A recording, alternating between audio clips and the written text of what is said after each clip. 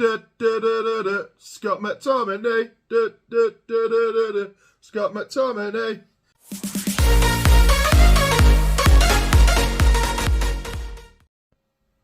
Hello guys and welcome to Stevie C TV, and this is Game Week 8 weekend recap.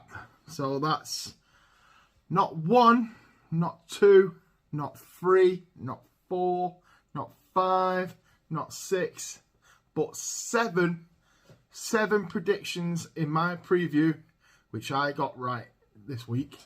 So we'll go through those, but after that result, getting 7 of those predictions right, I am more than happy with those. So the first game, we had Luton versus Spurs. Luton got beat 1-0 by Spurs. What I'm going to do is I'm going to start with the fact that Bissouma, that is all I need to say, Bissouma.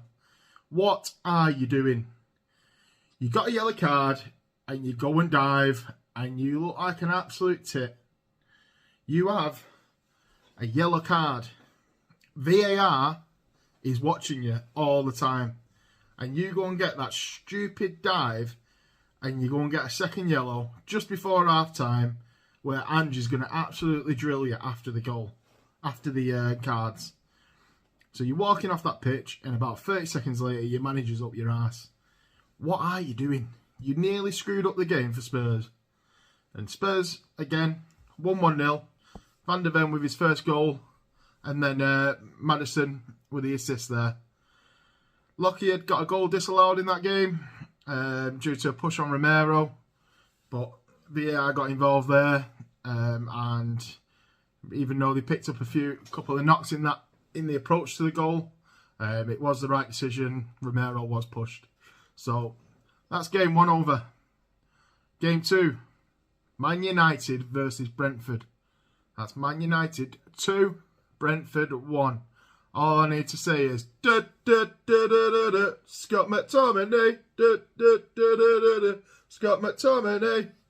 Yeah, that's right. Scott McTominay saved the day for Man United. It was in the Fergie time, and trust to Scott on the weekend that Lady Caffey died to get those goals and get the win for Man United. The 3 points, crucial 3 points for Ten Hag. Of all people that could have got the goal, and of all people that could have set up the goal. So the ball got drilled over across the box. Maguire gets the knockdown and then straight on to McTominay, and McTominay finishes off. And the crowd go mental. For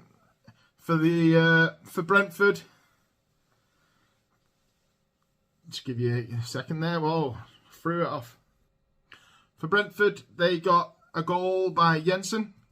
It looked like they might get the result against United, but of course, as mentioned, McTominay absolutely bopped it out of the park and smashed it and got the crucial win for United.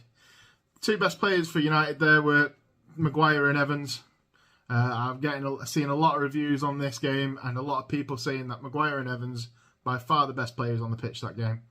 And it's not good enough for United. It looks like Ten Hag needs to start really thinking about this squad and how he's going to go with it, because Ten Hag made no changes going into that game. Rashford started, Bruno started, and Anna started. So all 3 players aren't performing, and I thought they might drop 1, maybe 2, but no, nobody got dropped, and we got lucky. But it's a big 3 points for United. That's all I need to say on that one. Next up, we've got Burnley versus Chelsea. Burnley 1, Chelsea 4. So Chelsea pretty much put Burnley aside. Burnley did go up and get the first goal with a goal from Odebert. Then Chelsea came level with an own goal by Al Dekeel just before half time. Coming into the second half, Chelsea absolutely blitzed Burnley. They got a penalty, which Cole Palmer finally got his first goal for Chelsea. Again, he was a City player, but he got his goal, and then he helped assist one of the next goals as well, which was converted by Sterling and Nick Jackson, and they just finished up with that. And Burnley look to be struggling, and Chelsea get the crucial 3 points they require to try and get them back up that table. So that's that game over. Everton next, and that was Everton 3, Bournemouth 0. Everton absolutely ran over Bournemouth. Bournemouth were really, really poor. James Garner got the early goal in the 8th minute. Jack Harrison followed up with his first goal for Everton, and Decore finished them off with a third goal. Again, Jack Harrison, I believe, set up one of those. So Harrison, on loan from Leeds, seems to be having a bit of a kick up and trying to give Everton that kit they need to start playing some good football. And let's see where they could end up by the end of the season. Will they be fighting for relegation? They don't look to be not a great side, but if Dash can get them performing, he can get those crucial points they require.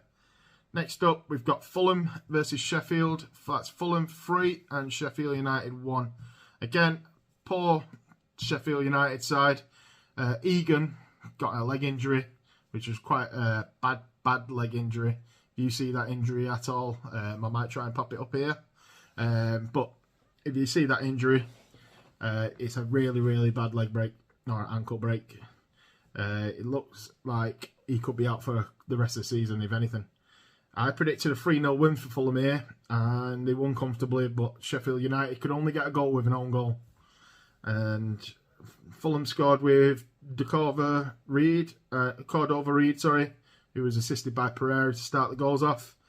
And it was an own goal for Fotheringham, the goalkeeper, and then Willian finished it off in the 92nd minute with a goal for Fulham. So that finished 3-1, and crucial 3 points for Fulham. Sheffield United still down at the bottom of that league. I don't think they're going to get many points, but we'll see by the end of the season. Next up, Palace Forest. I said before this game, we're going to get a draw, and that is exactly what we got. We got a goalless draw. Said both teams will struggle to score, and they did. Forest had 16 shots, but still didn't manage to put the ball in the net. And then both are now middle of the table. I think it's 9th and 14th equally. And I think they'll finish around that play area of the table as well. Can't see them being. I think they'll be just below the top 10.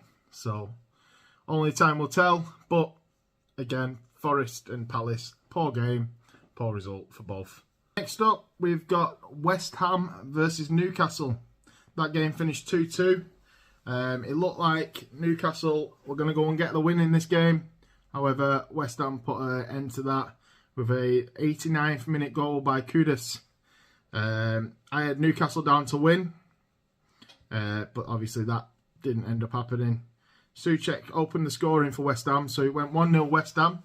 And then Newcastle got the game back up with Isaac getting a double brace of goals within 5 minutes in the second half. So they got into the second half, I think it was 58th minute, and then he scored 2 goals within the 5 minutes.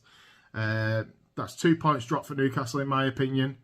After the result from PSG, you thought they'd keep up the winning ways, but to get a draw in that game, West Ham are playing very well, good football, but I think Newcastle should have had the win there, and they should have had the 3 points. But well done, West Ham, and you picked up points against Newcastle, so they're key points you will need this season, and it looks like you might do all right towards the end of the season, maybe a top 10, maybe even in the Europe positions. Let's see. Wolves versus Villa, we get 1-1. So Wolves took the momentum into the game from City. Looked to be playing all right against Villa. Went 1-0 up with a goal from Hwang Hee-chan. However, Pau Torres just turned that around within 2 minutes, so Wolves couldn't celebrate really. And he goes and gets the equaliser, and that's his first goal for the club. So for Pau Torres to get that point for Villa is quite a big point. But again, it's 2 points dropped for Villa in my opinion. Wolves should be getting the loss there, but they've gained the point, and Villa are currently sitting in 5th, but they are on an unbeaten run of 4 games, but they could have been even higher up that leaderboard, up the league table, sorry, if they managed to get the win, but points dropped there, so long season ahead. Let's see where they can finish the season. Brighton versus Liverpool next. that finished 2-2. I said that game would be a draw, and it was a draw. Brighton went 1-0 up with a goal from the... I wrote down diagram here. I don't know why I put diagram. 1-0 up from Diagram. I think he's called Enigram or something like that. One of the players for Brighton. Unfortunately, I don't have that for you, but I'll pop that up on the screen just here for you for the real name of the player. Then it led from a mistake from Dunk, who then set Nunez up, who bad pass straight into Nunez's feet, who then managed to set Salah up for his goal, and that went 1-1 for the equaliser. And then penalty given away in the 45th minute by Gross, who dragged Szoboszlai down onto the ground in the penalty area. A bit of a stupid, rash decision, but Salah converted. That's 2 goals for Salah. If you've got him in your fantasy team, well done, because that's good 2 goals and some good points there for you. However, if you have any defenders like Trent in your squad, then unlucky, because Lewis Dunk turned that around and got the draw for him for Brighton. Big point for Brighton. Liverpool, again, shouldn't be dropping points against Brighton, but Brighton are a good side. And I said before the game, they'll get a draw, and people will underestimate them, and they did. And look what's happened. Liverpool have lost 2 points in that league table. I think they could have been on the same points as City by the end of this, which leads me on to the next game and the final game, which is Arsenal and Man City. Mikel Arteta, you have finally done it. You have beat Manchester City in the Premier League. Well done, mate. Well done. I am not a fan of Arsenal. I am not a fan of City, but well done. You've been trying it for years, and you've finally done it. Saka didn't play in that game. I thought Saka injury was quite doubtful anyway, but he didn't end up playing. He looks to be out for the international period.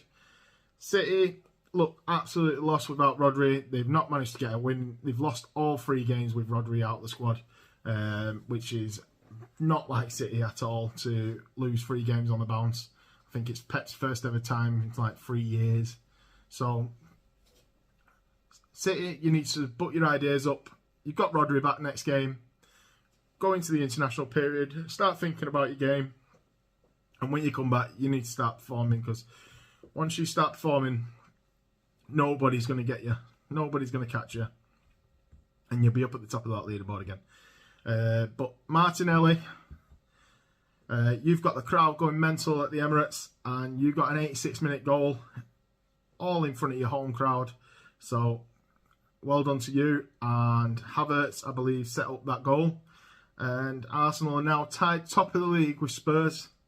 And nobody would ever think that them two would be at the top of the league at the start of the season. Spurs will always do Spursy things, so I can see them dropping off towards later on in the league. Same with Arsenal. Arsenal will always screw up somewhere, just like they did last year. So let's see what happens. Again, at the moment, after 8 games, I'm saying City is still going to win the league. But Tottenham, Arsenal, they're all putting up a fight already. They're both unbeaten. Who's going to beat them? Let's see. Thank you for watching the video, guys. Please like and subscribe. I am out of here.